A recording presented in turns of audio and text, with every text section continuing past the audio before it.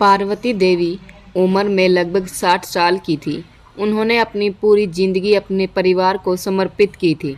अपने पति के साथ मिलकर उन्होंने अपने बच्चों को अच्छी शिक्षा दी, उनका पालन पोषण किया और जीवन की मुश्किलों का सामना किया। लेकिन जैसे ही उनके बेटे राकेश की शादी हुई, उनका जीवन एक नई दिशा में मुड़ गया। बहू शिखा, जो एक शहर की आधुनिक और व्यस्त महिला थी, ने पार्वती देवी के साथ सास बहू के रिश्ते में एक असहजता महसूस की।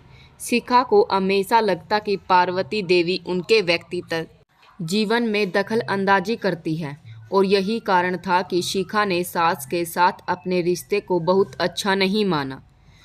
शिखा ने कभी भी पार्वती देवी को अपनी माँ जैसा सम्मान नहीं दिया। वह घर के कामों में मदद नहीं करती थी और उन्हें लगता था कि पार्वती देवी को अपनी उम्र के हिसाब से आराम करना चाहिए, न कि घर के कामों में घुसना चाहिए। यह सोच शिखा की आत्मनिर्भरता और आधुनिकता से प्रेरित थी, लेकिन पार्वती देवी के लिए यह व्यवहार असहनीय था, क्योंकि उन्हें लगता था कि वे घर के कामों में योगदान देकर अपने परिवार की देखभाल कर रही है। एक दिन पार्वती देवी ने शिखा से कहा, बेटी, क्या तुम थोड़ा ध्यान नहीं दे सकती? घर में कुछ काम होते हैं, मुझे लगता है कि तुम थोड़ी मदद कर सकती हो। शिखा ने जवाब दिया, माँ, आप क्या समझती हैं? मैं अपने करियर में बहुत व्यस्त रहती हूँ, मुझे घर के कामों में समय नहीं मिल पाता। और वैसे भी आपने अपना वक्त निकाल लिया है, आप क्यों परेशान हो रही हैं? यह वाक्य पार्वती देवी के दिल को गहरा आघात पहुंचा। वह सोचने लगी, क्या यह वही शिखा है जिसे मैंने अपने बेटे के लिए पसंद किया था? क्या यह वही बहू है जो मेरे बेटे को घर को संभालेगी? शिखा का दृष्टिकोण धीरे धीरे और भी कठोर होता गया। वह अपने करियर को लेकर इतना व्यस्त हो गई थी कि उसे पार्वती देवी की बढ़ती उम्र और उनकी देखभाल की कोई चिंता नहीं थी। शिखा को लगता था कि पार्वती देवी ने उसे अपनी जिंदगी पूरी कर ली है और अब उनका काम केवल आराम करना था।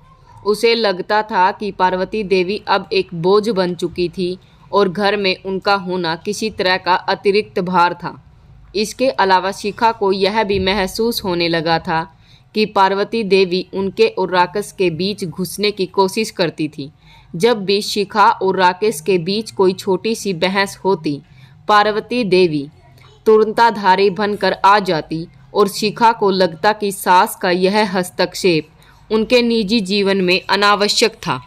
कुछ समय बाद शिखा ने यह फैसला लिया कि वह पार्वती देवी को वृद्धा आश्रम भेज देगी। उसने सोचा कि अगर वह पार्वती देवी को एक आश्रम में भेज देती है तो न केवल वह खुद शांति से अपना जीवन जी सकेगी, बल्कि राकेश को भी उसकी जिंदगी से कोई परेशानी नहीं होगी। एक दिन शिखा ने राकेश से कहा, राकेश, मुझे लगता है कि अब हमें माँ को वृद्धा आश्रम भेज देना चाहिए। उनका यहाँ रहना अब घर में असुविधा पैदा कर रहा है। हमें उनका ध्यान रखने का कोई समय नहीं है और न ही वे हमारे साथ खुश रहती हैं। राकेश कुछ समय के लिए चुप रहा। उसे अपनी माँ के लिए चिंता थी, लेकिन वह अपनी पत्नी की बातों को नज़रअंदाज भी नहीं कर सकता था। वह अंततः सहमत हो गया और शिखा ने वृद्धाश्रम के लिए व्यवस्था करना शुरू कर दी। पार्वती देवी का भावनात्मक आघात। जब पार्वती देवी को शिखा का यह निर्णय बताया गया तो वह स्तंभ रह गई। उसकी आंखों में आंसू थे और उनका दिल टूट चुका था। उन्होंने कहा, बेटा, क्या तुम सच में मुझे आश्रम भेजने की सोच रहे हो? क्या तुम मुझे इस तरह अकेला छोड़ दोगे? लेकिन शिखा ने पूरी तरह से ठंडे दिल से कहा, माँ, यह हमारे लिए सबसे अच्छा है। आप अब हमारी ज़िंदगी में बोझ बन चुकी हैं। आपको आराम चाहिए और हमें अपनी ज़िंदगी जीने का हक है। पार्वती देवी को वृद्धाश्रम भेज दिया गया।